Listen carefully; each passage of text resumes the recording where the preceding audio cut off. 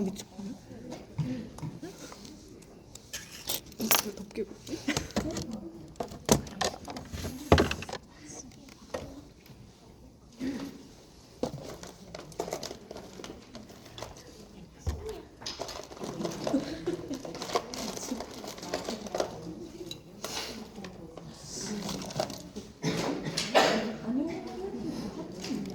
오늘 정신생명의 첫 시작하는 수업이고요.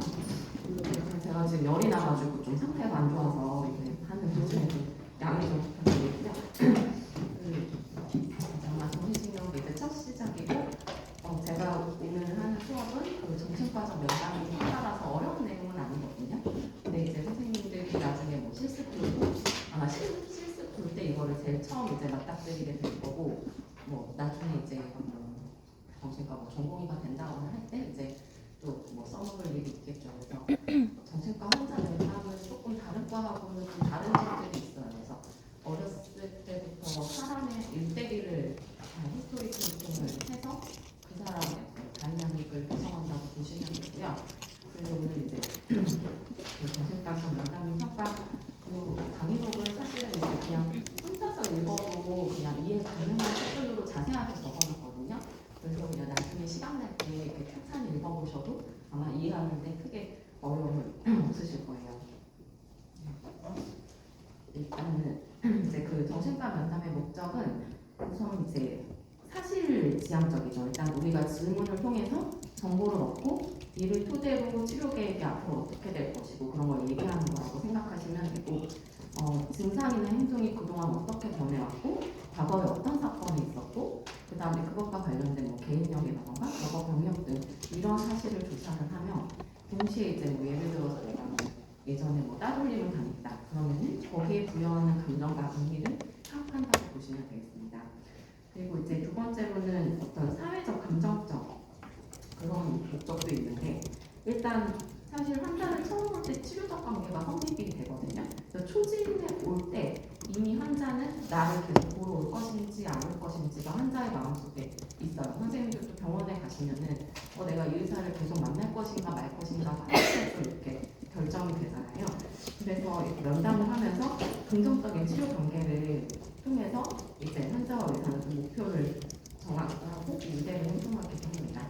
그래서 사실은 사실지향적인 것과 어떤 사회적 감정적인 게 사실 서로 얽혀 있죠. 그래서 의사는 면담을 통해서 모든 정보를 수집을 해야 되고, 또 환자도 자신과 관련된 모든 정보를 얻고 이해를 하고, 이를 통해서 이제 어떤 결정을 도달을 하고, 또 긍정적인 치료 관계를 수립하고 유지를 하고, 환자는 건강에 가장 도움이 되는 사고방식을 또 습득을 하고, 증상이나 고통을 개선하면서 긍정적인 치료적 변화를 이끌어내고 강화를 하는 그런 목적이 있습니다. 그런데 이제 사실 정신과 환자와 의사는 인간관계 중에서 되게 복잡해요. 환자들은 밝히기 두려운 내적 갈등 또는 되게 좀 수치스러운 거를 이렇게 드러내도록 요구받거나 때로는 침해받는다고 느끼실 수도 있거든요. 예를 들어서 뭐 이제 내가 과거에 뭐 성폭행을 당했는데 그런 것 사실 이제 그게 창피한 일은 아닌데 환자분들은 그걸 또 창피하게 느끼세요. 그래서 정신과 와서 막 얘기하다 되게 어렵게 꺼내는 경우들도 있고요. 그리고 이제 환자는 어떤 그런 것들 털어놓고 싶으면서도 동시에 낯선 사람한테 자신을 이렇게 감추고 싶은 마음도 항상 공존을 해요. 그리고 이제 또 다양한 선입견, 기대를 가지고 면담을 시작하기 때문에 이런 편견과 왜곡 때문에 환자의 솔직함이나 제공하는 정보에 영향을 미치게 되죠.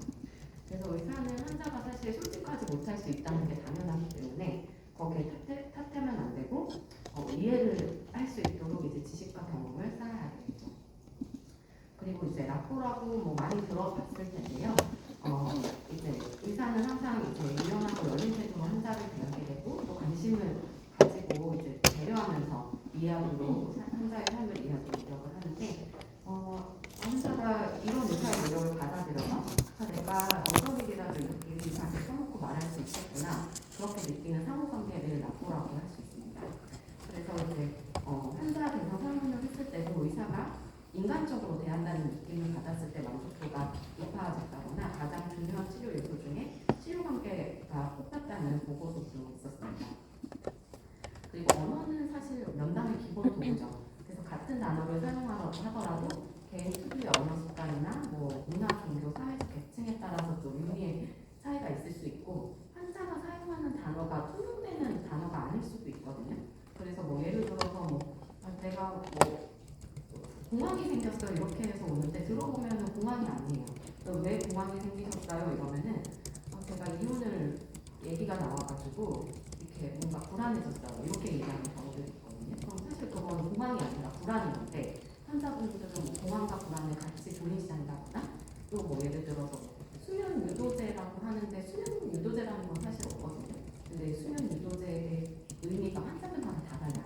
그런 식으로 본인만이 사용하는 어떤 단어들이 있어서 이제 그런 걸 좀 정확하게 할 필요가 있고 그리고 이제 뭐 환자가 어떤 용어 진단명을 사용하더라도 그게 오해할 수 있기 때문에 환자가 의학 용어겠고 아까 저 공황처럼 그런 의미를 용어를 사용할 때 어떤 의미인지 분명히 이제 해줘야겠죠. 의사는 어쨌든 전문 용어 사용을 피하고 쉽고 분명하게 반복해서 이야기해야 되고요. 그리고 환자가 갑자기 주제를 바꾸거나 농담으로 넘기려 할 때는 뭔가 이 사람이 하기 싫은 얘기일 수도 있거든요. 그러니까 피하는 거일 수 있어서 그때는 또 자세히 그 이유를 해봐야겠죠. 그리고 비언어적 표현도 사실 영향을 많이 미치는데 뭐 눈맞춤이나 표정, 목소리 크기 영향, 옷차림, 앉는 위치나 자세, 몸짓 이런 게 다 영향을 미쳐요. 예를 들어서 뭐 뭔가 세컨더리 개인이 있는 경우 환자들이 이렇게 눈맞춤을 못 하시거든요. 괜히 뭔가 거짓말하는 것 같고 뭐 그게 들킬까봐 두려운지 그런 환자들 보면 눈맞춤을 못하는 경우들이 있어요. 그래서 그런 비언어적 표현은 이게 부지부식간에 자동적으로 일어나는데 환자가 인식하지 못하는 그런 비언어적 표현은 환자가 말하는 내용과 상반되거나 감추려고 하는 내용을 드러낼 수가 있습니다. 그래서 의사도 자신의 비언어적 표현에 주의를 기울여야 되고 환자는 의사의 비언어적 반응에서 숨겨진 정보나 의미를 포착하려고 보통 애를 쓰죠. 그래서 의사의 어떤 비언어적 표현도 락보와 신뢰 구축에 중요하고 불안도 경감시키고 어떤 치료에 대한 기대로 이어지기도 합니다. 그리고 이제 그거를 환자가 얘기를 할 때 그걸 단순히 듣고 내용을 이해하는 것만이 아니라 단어의 선택이나 연상의 흐름, 말버릇, 어조나 억양의 변화, 비유 등에도 주의를 기울이고 어떤 행동이나 표정, 몸짓의 미묘한 변화도 놓치지 않고 관찰을 해야 되겠고요. 그리고 언어적인 비언어적 표현 사이에 어떤 차이가 있는지, 그리고 과거에 듣거나 관찰한 내용과 또 현재 내용의 차이가 있는지도 비교를 해봐야겠고 환자의 말이나 행동에서 빠져있고 환자가 감추려 하는 것이 무엇인지 추정을 할 수 있어야겠습니다.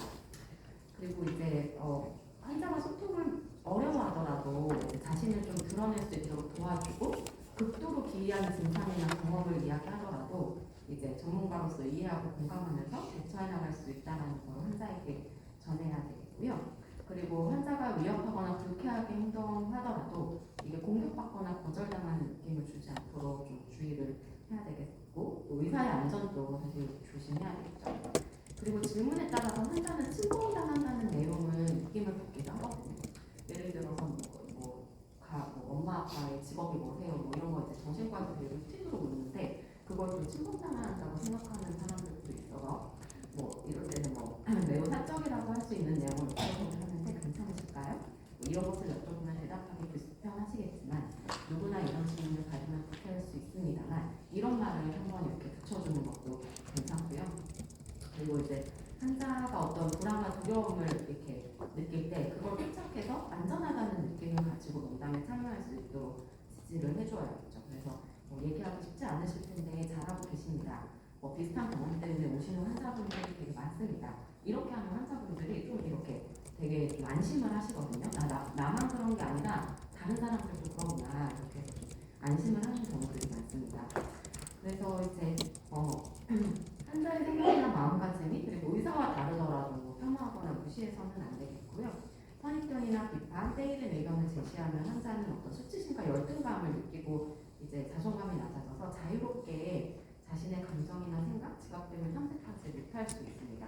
그래서 같은 질문도 왜라고 묻는 것보다는 어떻게라고 묻는 게 좀 비난받는다는 느낌을 줄일 수가 있고요. 뭐 예를 들어서 뭐 선생님들 오늘 시험을 봤는데 시험을 못 봤는데 왜 못 봤어? 이러면 뭐 다그치는 거 같잖아요. 그럴 때는 뭐 어떻게 이렇게 성적이 나왔는지 이런 식으로 약간 좀 이게 단어 하나 바꿨는데 조금 비난을 좀 덜 받는 것 같잖아요.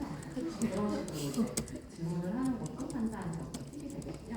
그리고 이제 충분히 파악하기 전에 섣부르게 위로나 충고를 하면 불신을 조장하고 면담 진행을 저해할 수가 있어서 섣부른 위로나 충고도 조심해야겠습니다.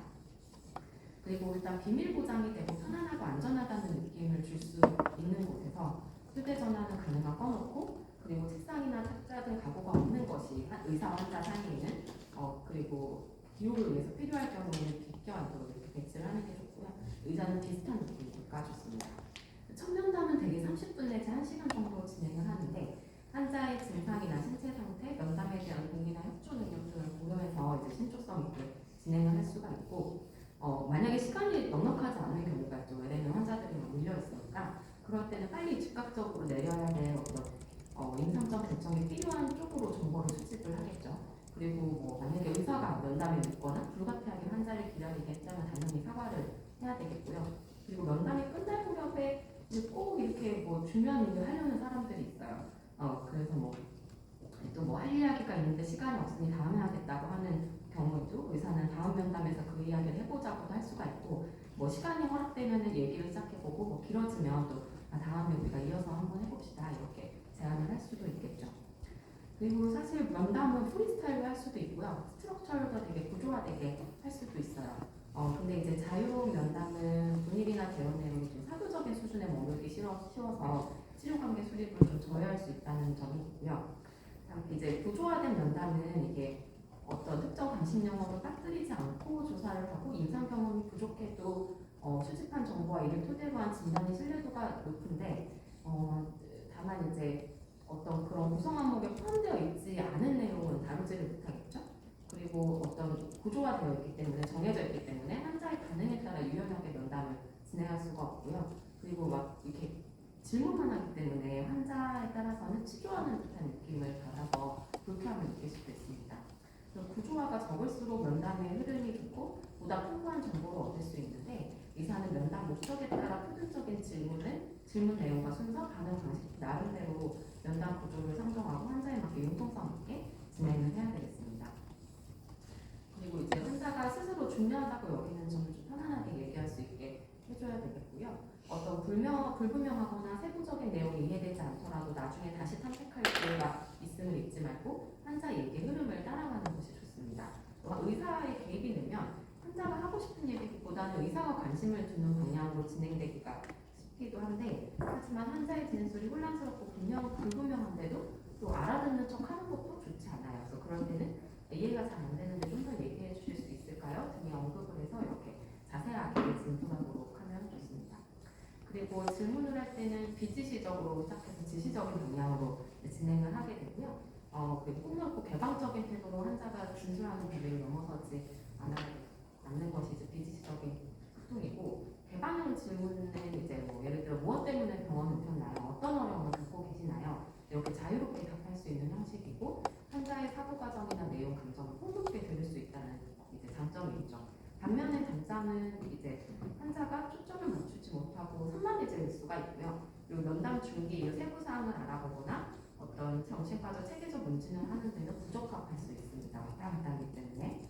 그래서 이제 환자가 얘기하는 내용이나 행동의 범위를 제한하는 것이 지시적인 소통인데 폐쇄 질문은 예, 아니요라고 답하거나 또는 짧은 답을 요구하는 형식으로 사실 여부를 확인하거나 뭐 구체적인 사실을 파악할 때 사용을 하게 되고 두 가지 이상을 한꺼번에 묻거나 선택을 강요하는 그런 형식의 폐쇄형 질문은 각적 피해야 되겠습니다. 예를 들어 입맛은 좋고 잠은 잘 주무시나요? 이보다 입맛은 괜찮으세요? 잠은 잘 주무세요? 뭐 이런 식으로 이제 한꺼번에 묻지 마시고요. 그리고 반지시적인 형식의 질문으로는 예를 들어줄 수도 있고 범위를 한정할 수도 있고 증명시킬 수도 있죠. 그래서 뭐 예를 들어서 직장에서 어려운 일이나 경제적인 손실 같은 스트레스가 고면의 원인이 되기도 하는데 혹시 이런 일이 최근에 있었을까요? 아니면 혹은 직장에서 어떤 일 때문에 스트레스를 받으시나요? 혹은 또 병이 없다고 하시지만 약을 끊을 때마다 입원을 하시네요. 어떻게 할 수 있을까요? 이런 식으로 이제 반드시적인 형식의 질문을 할 수도 있습니다. 그리고 완곡하게 슈퍼피셜하게 시작을 해서 점진적으로 단계를 이제 높여가는 것이 좋고요. 망상이 있는 환자한테 이제 질문을 할 때도 좀 주의를 해야 하는데 그때도 친구가 그런 얘기를 하면 어떻게 생각할까요? 사실이 아니라고 볼 수 있는 점도 있을 텐데요. 이런 점은 사실이 아니라고 의심해 볼 수 있을 것 같은데요. 이 정도의 질문을 해서 이 환자가 망상, 예를 들어서 미국의 FBI가 자기를 해킹하려고 한다 이런 얘기를 하면은 이런 질문을 통해서 이 사람이 망상에 대해서 얼마나 확신하는지를 알아볼 수가 있죠. 그리고 자살위험 평가할 때도 이제 점진적으로 하는데 정말 힘드셨겠네요. 이렇게 공감을 하고 다음에 죽는 게 낫다고 생각하신 적이 있나요? 어떻게 죽을까 상상을 해보셨나요? 구체적으로 계획을 세운 적이 있나요?와 같이 이렇게 수위를 조금씩 높여가면서 질문을 하면 좋습니다. 그래서 어쨌든 면담 초기에는 시커플럼을 이제 탐색을 해야 되겠고요. 개방형 질문을 해서 환자 스스로 선택한 순서에 따라서 자신의 언어로 자신의 문제를 진술하도록 합니다. 무엇이든 하고 싶은 얘기를 해보세요. 몹시 불안해 보이세요. 이렇게 감정을 언급해 줌으로써 환자가 감정이나 연관된 생각이나 경험을 토로하도록 이끌어줄 수도 있습니다.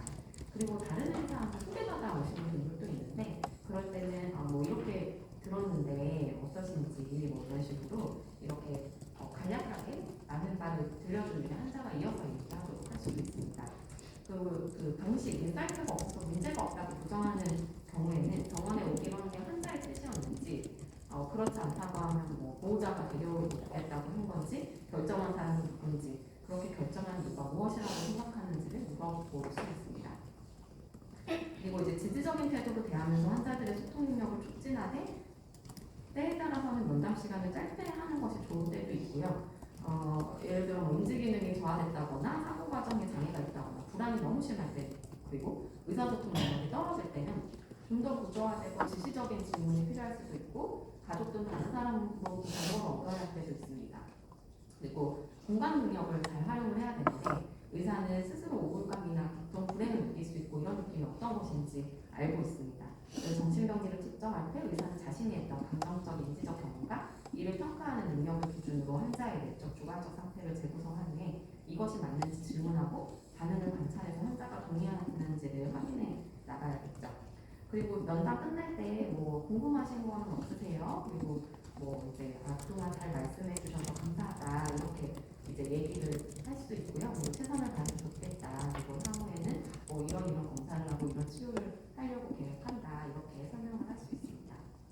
그래서 가능한 면담 초기에 라포를 형성을 해서 면담을 시작하면서 어떻게 진행이 되고 걸리는 시간, 기록하는 이유를 간단히 설명을 하고요. 그리고 나이나 결혼하셨는지, 학교는 어디까지 졸업하셨는지 이런 신상에 대해서 물어보면서 경력을 청취하는 게 무난하고 가능한 초기에 친밀감과 신뢰감을 느낄 수 있도록 하는 게 좋습니다.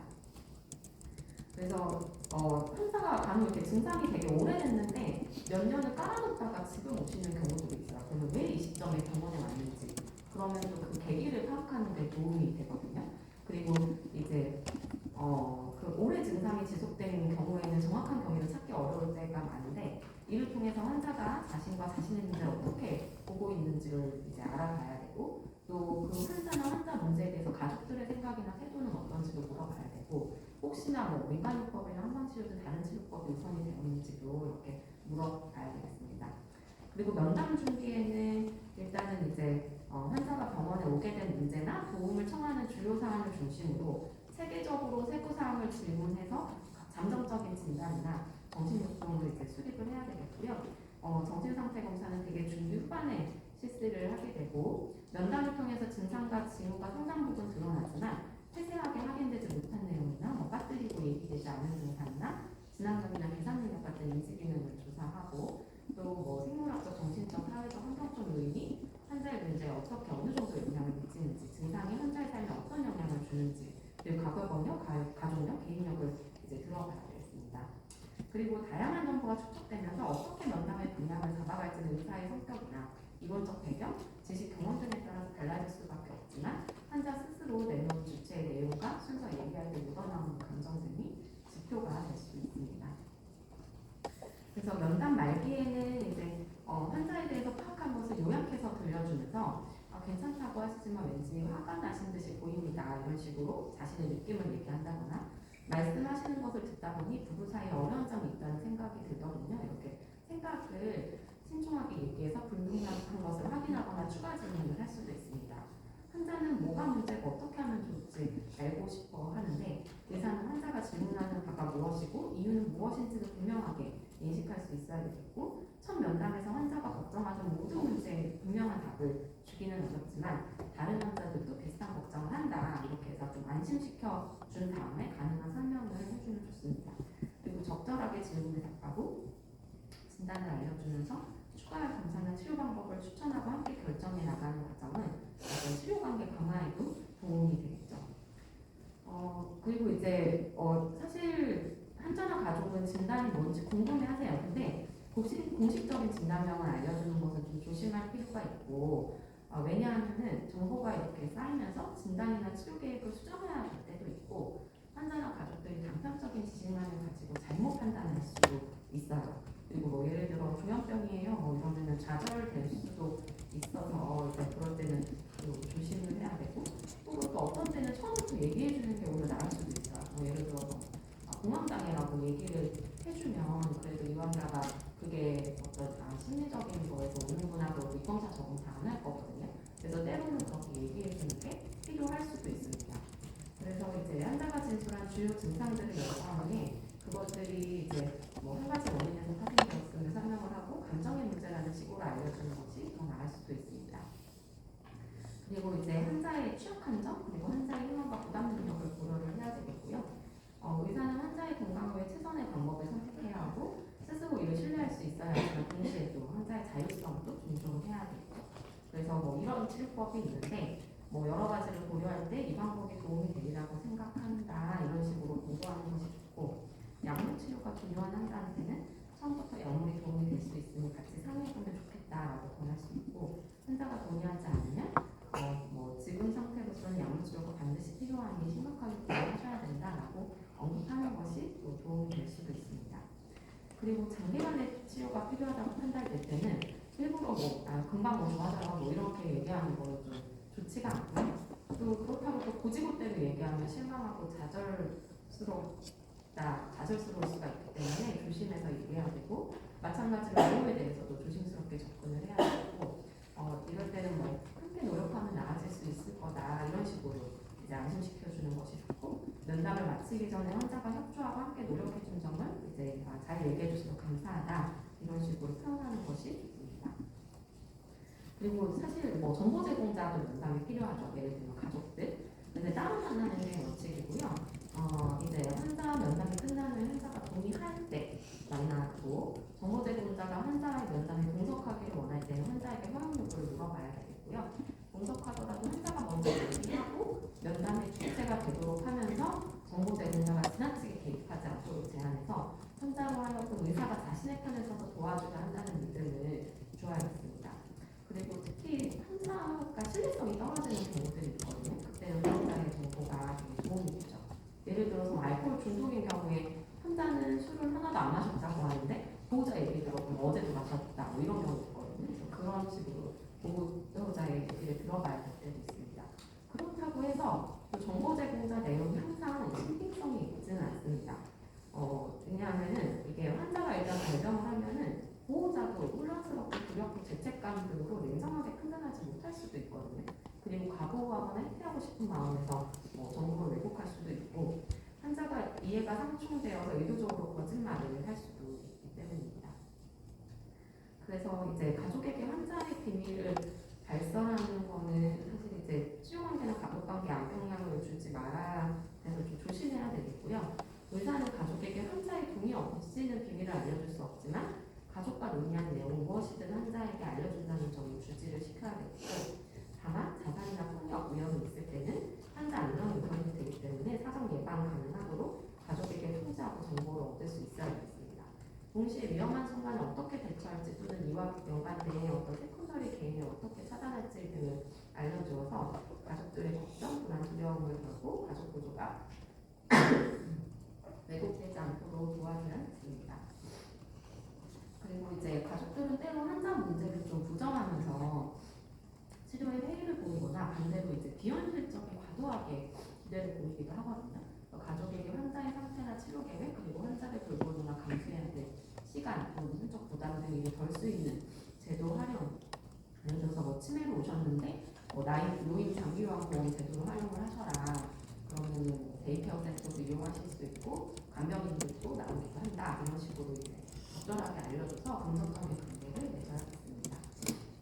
그리고 의사의 익명성을 유지하는 것이 원칙인데 가끔 의사의 개인적인 면을 물어보거든요. 그러면 그 이유를 살펴보고 달까지 결정하는 것이 있는데 예를 들어서 뭐 어려 보이는데 몇 살이에요? 이렇게 했을 때 대응하는 한 방법, 왜 물어보실까요? 이렇게 하고 환자의 반응을 한번 지켜보는 것도 괜찮고요. 왜냐하면 내가 나이를 얘기해버리면 이 사람이 젊은 의사가 자신의 문제를 제대로 다룰 수 있는지 불안해할 수도 있거든요.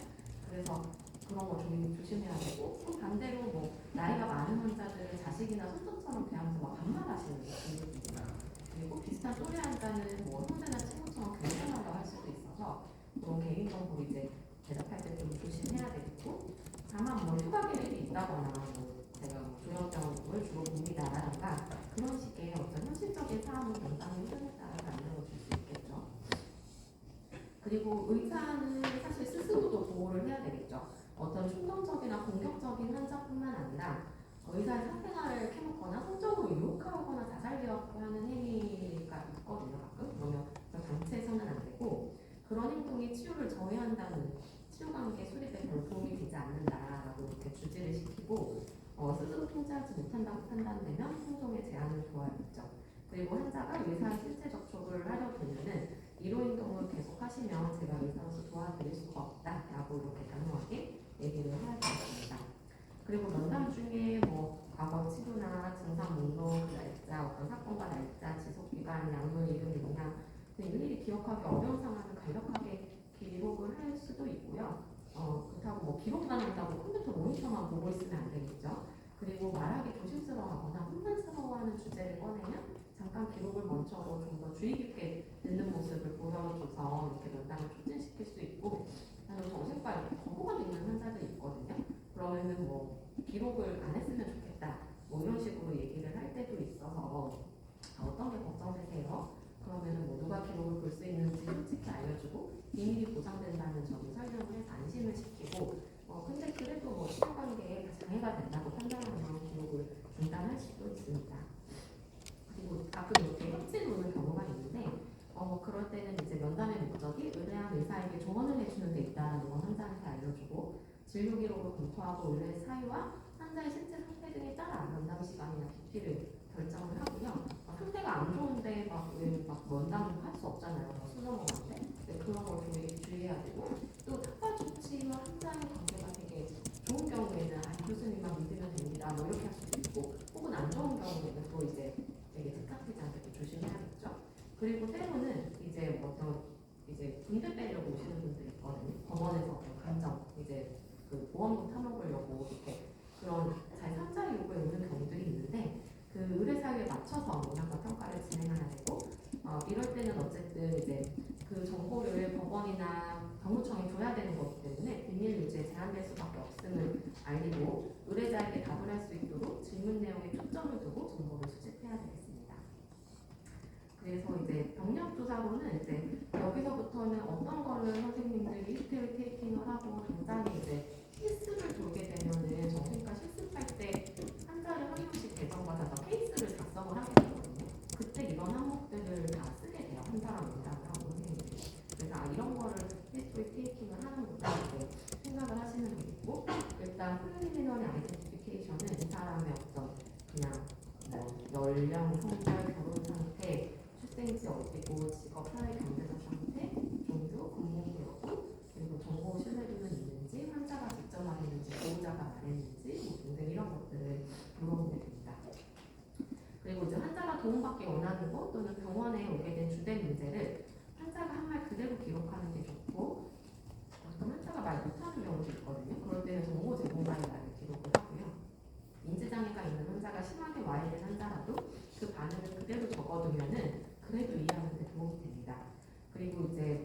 마치면 주소를 요약하고 다른 문자는 없는지 확인하는 것도 좋고요. 어떻게 해서 병원에 오셨어요? 아, 그 증상이 가장 불편하셨군요. 언제부터 그러셨어요? 그 증상이 더 심해진 건 언제부터시지요? 이렇게 해서 언제 시작이 됐고 언제부터 악화되었는지를 파악을 하게 됩니다. 그리고 이제 한 병력은 증상이 뭘 불안했다예요. 그러면은 그게 언제부터 생겼고 현재 이르기까지 그 불안이 어떻게 진행되었는지 시간 경과에 따라 기술을 하고요. 그게 계속됐는지 아니면 에피소딕하게 그러다가 말았는지 아니면 에피소딕하면 그 빈도와 지속 기간은 어땠는지 그 정도는 뭐 죽을 것 같았는지 아니면 그냥 넘길 수 있었는지 이런 여러 가지 악화 요인, 완화 요인 이런 것도 탐색을 하게 되고요. 그리고 뭐 현재 앓고 있는 병이 있으면 언제부터 발병을 했고 정부 증상이 뭐고 주 증상 외에 다른 증상의 발생은 없었는지 증상의 특징과 정도, 증상의 강도, 장애의 정도의 상생활의 어려움 등을 묻게 됩니다. 그리고 뭐 정확한 시점을 알기 위해서는 어느 철이었어요? 해가 바뀌기 전이었나요? 설 전이었나요? 후였나요? 이런 식으로 범위를 좁혀나갈 수가 있고 뭐 예를 들어서 뭐 술을 마시고 나서 더 악화돼요 이런 식으로 악화되는 요인이다 아니면 좀 편안해지면 스트레스가 없으면 좋아져요 이런 식으로 완화된 요인을 파악할 수가 있겠고요. 증상 때문에 뭐 대인관계나 직업생활 등등 그런 거를 영향을 있는지 취미 등을 못하는지 이런 것도 물어보는 것도 도움이 되겠습니다. 그리고 잠은 잘 자는지 입맛은 어떤지 체중은 어떤지 뭐 기력이나 피로감, 성욕, 성기능 이런 거 파악하는 것도 진단을 수립하는 데 도움이 되죠. 그리고 과거에 앓은 정신질환과 정신질환만 있는 게 아니잖아요. 신체질환도 나누어 각각 구분을 하고 그 진단명이 뭐고 장애의 정도는 얼마나 되고 뭐 수술을 받았는지 입원을 했는지 외래 통원 치료만 했는지 그래서 그렇게 해서 뭐 약을 먹어서 효과는 있었는지 어느 병원에 치료를 받았고 그 질환을 앓은 기간은 얼마나 됐는지 약은 잘 드셨는지 입원은 몇 번이나 했는지 이런 것들을 이제 잘 알아두면 가능한 진단명이나 대응 능력 등에 관한 중요한 자료가 되겠죠. 그리고 자해나 자살, 폭력 등의 과거를 보였는지 또 요새 이제 물질 사용력 관련해서 뭐 술이나 담배는 얼마나 하시냐 이렇게도 물어봐야 되겠습니다. 그리고 뭐 이제 머리를 다치면 어쨌든 이게 영향이 있을 수밖에 없기 때문에 그런 거랑 신경과지랑 종양 경련성 장애 등에 관한 병력을 정확하게 평가를 해야 되거든요. 정신신체 장애에 대한 질문도 해야 되겠습니다. 그래서 예전에 심하게 아프신 적은 없었는지, 입원이나 수술을 받아보신 적 없는지, 다치시거나 교통사고 같은 걸 당하신 적은 없으셨는지, 심한 스트레스로 인해 특별한 증상이 나타나신 적은 없는지, 약물에 대해 조사할 때는 또 건강보조식품이나 가능하냐 뭐 이런 거. 그리고 요새도 막 멜라토닌, 식물성 멜라토닌 광고를 너무 많이 해서 그런 거 못 보시는 분들 있거든요. 그런 것도 같이 파악을 해야 되겠습니다.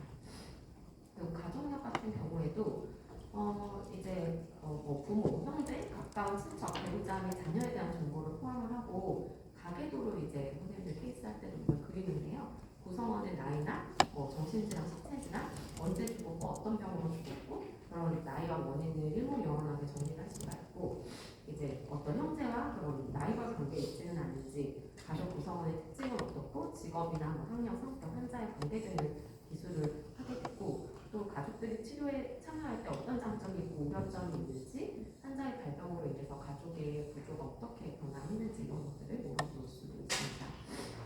그리고 가족력을 얼마나 자세히 물어볼지는 환자의 문제에 따라 다른데 청소년 환자 내원할 때 당연히 물어봐야겠죠. 근데 막 90세 어르신이었는데 소화기의 기억을 캐내는 건 별로 생산적이지 못하겠죠.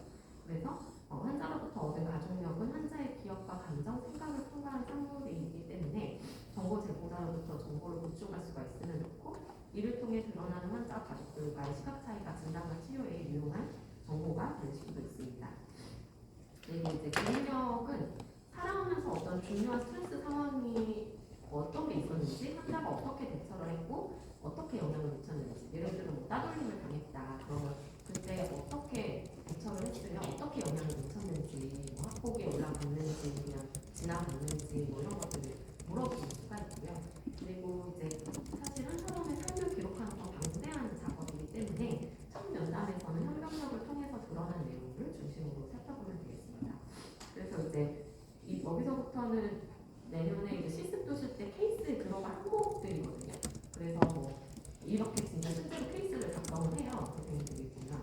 그래서 환자가 태어날 때 이게 원하던 임시 원티드 베이비였는지 언원티드 베이비였는지 원하는 성별이었는지 그리고 엄마가 임신했을 때 이제 임신과 출생에 좀 영향이 없었는지, 뭐 술이나 물침 남용 없었는지 이런 걸 보게 되고, 수유, 뭐 모유 수유했는지, 분유를 했는지, 그리고 잠은 잘 잤는지, 까다로운 디피컬트 베이비는 아니었는지, 그리고 어머니가 주양육자인지, 조부모가 주양육자인 경우도 있고, 그리고 운동기나 언어 발달은 정상적으로 잘했는지, 느리진 않았는지, 그리고 낯가림이나 이별불안은 쉽지 않았는지, 열성 경련이나 그런 입원력은 있지 않았는지, 그리고 성격은 뭐 외향적인지 내향적인지, 과다행동이 심한지, 그리고 뭐 사회성 발달이나 놀이 활동, 아이가 좋아하는 놀이나 장난감, 아이가 혼자 노는 걸 좋아하는지, 같이 노는 걸 좋아하는지 이런 걸 물어보는 것도 아이의 성격을 파악하는 데 도움이 되겠습니다.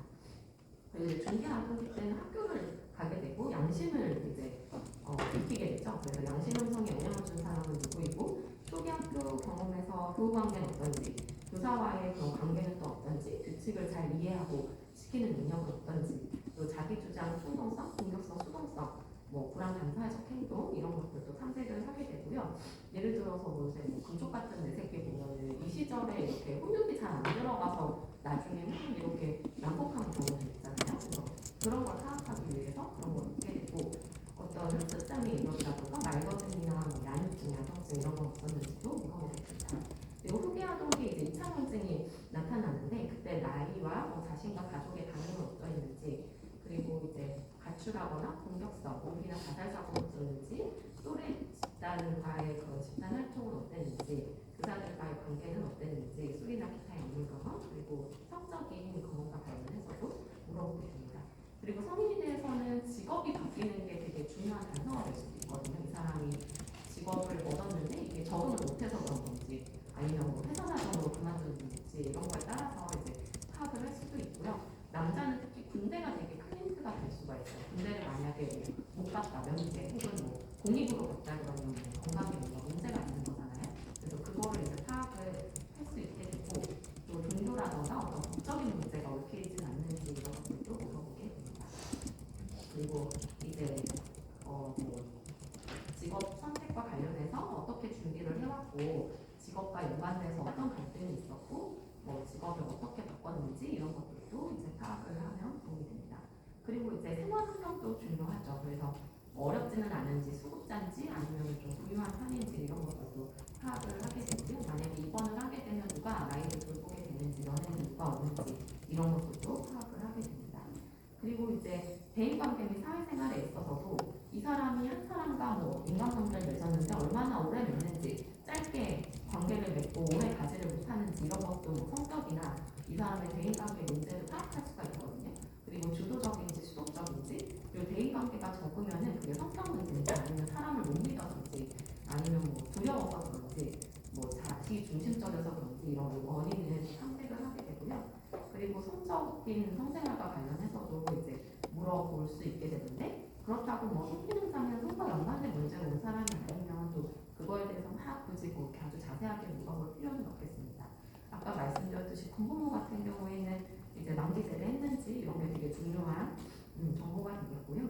종교도 중요하죠. 뭐 남녀 호랑태교, 뭐 여호와의 증인 이런 경우는 치료 이제 뭐 방식에도 영향을 줄 수가 있기 때문에, 그리고 법적인 문제 지금 뭐 소송 중인 건 없는지 이런 것들도 치료에 영향을 미칠 수가 있어서, 만약에 소송 중이면 환자들이 안 낳거든요. 왜냐하면 나는 보상을 얻어야 되기 때문에. 그런 경우는 이게 잘 안 낳겠구나 이렇게 생각을 하고 보는 것도 도움이 됩니다.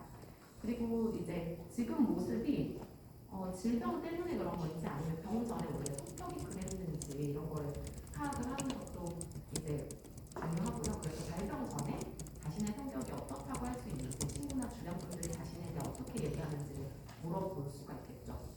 근데 정신상태 검사는 이제 나중에 쓸 때 한 번 더 강의가 있는데요.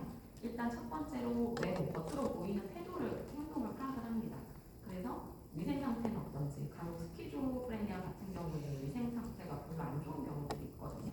그래서 그런 것도 보게 되고, 뭐 협조적인지 아니면 굉장히 방어적으로 말을 안 하려고 하는지, 혹은 막 유혹한다던가 아니면 적대적인 경우도 있어요. 그래서 그런 걸 처습을 하게 되고, 운동 활동도 예를 들어서 뭐 스키조프레니아나 뭐 우울증 같은 경우는 되게 느리거든요. 느린 걸 통해서 우울증일 수 있겠다 이렇게 힌트를 얻기도 하고, 반대로 이제 양극성 장애 같은 경우에는 엄청 말도 빠르고 행동도 되게 과장되고 이런 걸 통해서도 이제 근절을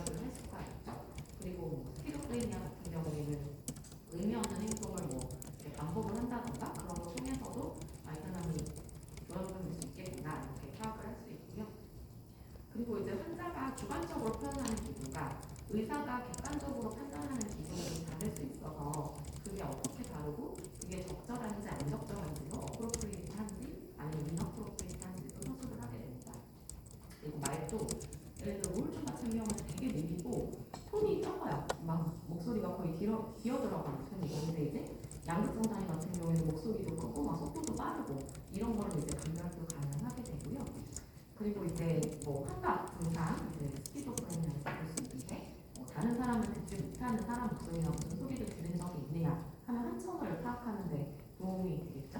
그래서 그런 식으로 이제 환각은 없는지 파악을 할 수가 있고 사고 과정 장애도 이제 뭐 예를 들어서 조현병 같은 경우에는 이렇게 갑자기 막 이렇게 얘기를 하다가 툭 끊겨요. 그래서 저런 걸 보고 조현병일 수 있겠구나 이렇게 사고 과정 장애가 있구나 이렇게 이제 파악을 할 수가 있고요. 뭐 감각 생각은 없는지 자꾸 뭐 손을 내가 오염이 되는 것 같아서 손을 자꾸 씻어야 될 것 같아요. 혹은 뭐 다른 사람들이 나를 스쳐 지나가면 목을 붙인 것 같아요. 이런 식으로 망상은 없는지 그래서 그거에 따라서 듣고 싶은 생각은 없는지 이런 것들도 물어보게 됩니다.